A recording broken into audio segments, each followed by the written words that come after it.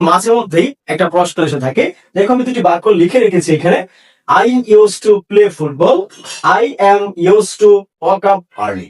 ঠিক আছে, কোথায় কোনটা হবে? যেহেতু দুটো অপশন আমরা হয় এখানে, অর্থাৎ অনেক কিছু হতে পারে, কিন্তু সাধারণত এই রুলসটা আমরা অনেকেই জানি কি হতে পারে কাছাকাছি, কিন্তু তারপরে ভুল করে থাকি। কোন দুইটা বিষয়ের মধ্যে ভুল হয় আমি শুধু সেটা দেখানোর চেষ্টা করছি। সেটা দুটো করে অপশন রেখেছি, প্লে এবং playing. I use to play football, play হবে নাকি প্লেইং হবে, এই জায়গাটাতেই সাধারণত সবাই ভুল করে থাকে। কেন? কারণ ইউজ টুর পরে মানে টুর পরে ভার্বের বেস ফর্ম হয়, এটা অনেকেই আমরা জানি। সো টুর পরে এখানে ভার্বের বেস ফর্ম হতেই পারে, রাইট? কিন্তু বিষয়টা হচ্ছে এরকম না, বিষয়টা হচ্ছে ইউজ টু। মনে রাখতে হবে এই ইউজ টু, এখানে ইউজ টু আছে, আবার এখানেও কিন্তু ইউজ টু আছে।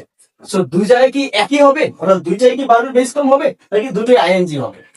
আর যদি একটা আইএনজি হয় এবং অন্যটায় বেস ফর্ম হয়, তাহলে কোথায় কোনটা হয়? এইটা মনে রাখার সহজ বিষয় হচ্ছে, যখন শুধুমাত্র ইউজ টু থাকবে, যখন শুধুমাত্র ইউজ টু থাকবে, তখন হবে ভার্বের বেস ফর্ম, তখন হবে ভার্বের বেস ফর্ম। তার মানে এখানে অ্যান্সার হচ্ছে প্লে।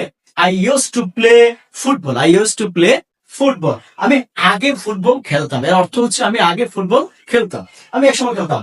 বাট যখন এই ইউজ টু এই মডালস এর আগে একটা ইয়া থাকবে, এম থাকবে, এটা একটা ফ্রেজ, এই ফ্রেজের আগে যখন এম থাকবে, অর্থাৎ বি ভার্ব থাকবে, টু বি ভার্ব থাকবে, বি ইউজ টু অথবা get used to, be used to অথবা গেট ইউজ টু পরে যে ভার্বটা হবে সেটা অবশ্যই আইএনজি হবে। কি হবে?